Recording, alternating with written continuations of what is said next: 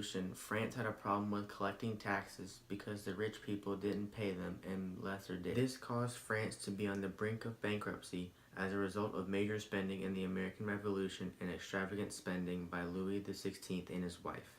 This caused rioting, looting, and striking. In late 1786, Louis's top general Charles Alexander de Calonne proposed a financial change where everyone would have to pay taxes. Yes, everyone. The king summoned the Estates General, which was like a large parliament but made up of 3 states. The problem was that it had not been summoned since 1614. It was now 1789, and the population had risen dramatically. Anyway, the first estate was made up of the clergy, the second by the nobility, and the third by everybody else, which was 98% of the population. Each estate was given 1/3 of the vote, and since the first and second estates didn't want to pay the taxes, they made up 2/3 of the vote to not pursue the universal tax plan. This caused hostility between the 3 estates. Eventually, the third estate got tired of arguing with the other 2 and left the Estates General and formed the National Assembly. The remaining 2 estates feared an uprising, so they locked the National Assembly out of the meetings.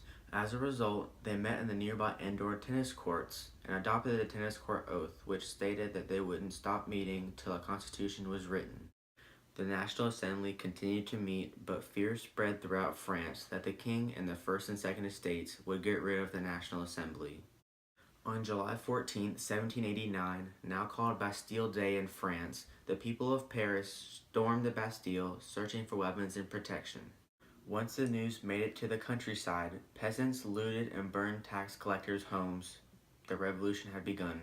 That same year, the National Assembly abolished feudalism and adopted the Declaration of the Rights of Man and Citizen on August 26th, which stated that everyone had the rights to liberty, property, and security.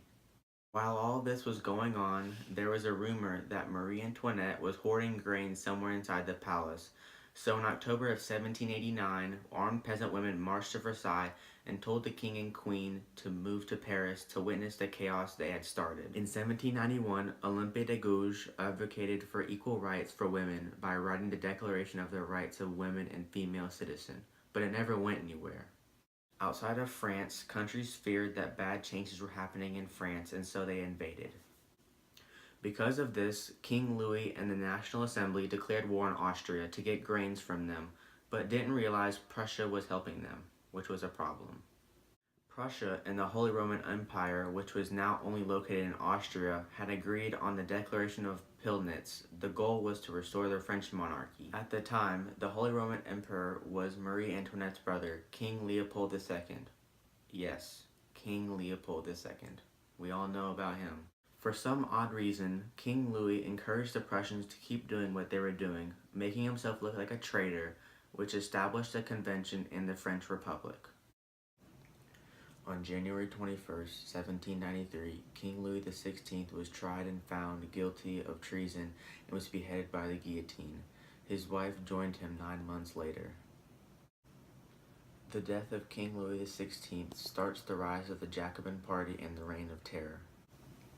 From 1793 to 1794, France was dominated by Maximilien Robespierre and the Jacobin Party. They created an executive branch called the Committee of Public Safety, which killed thousands of people by the guillotine. They also renamed all the months in the calendar, made there 10 hours in a day and 100 minutes in an hour.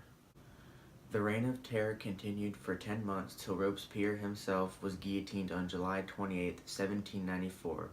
People believe that he was the one that executed all the killings during the Reign of Terror. After his death, another new constitution was approved, giving the power back to the wealthy again.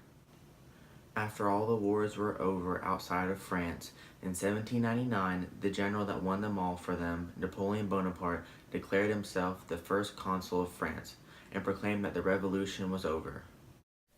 Although at the end of the revolution, everything went back to the same as it was before the revolution even started, it showed that gruesome acts that were happening in France needed to be stopped and that some things needed to be changed.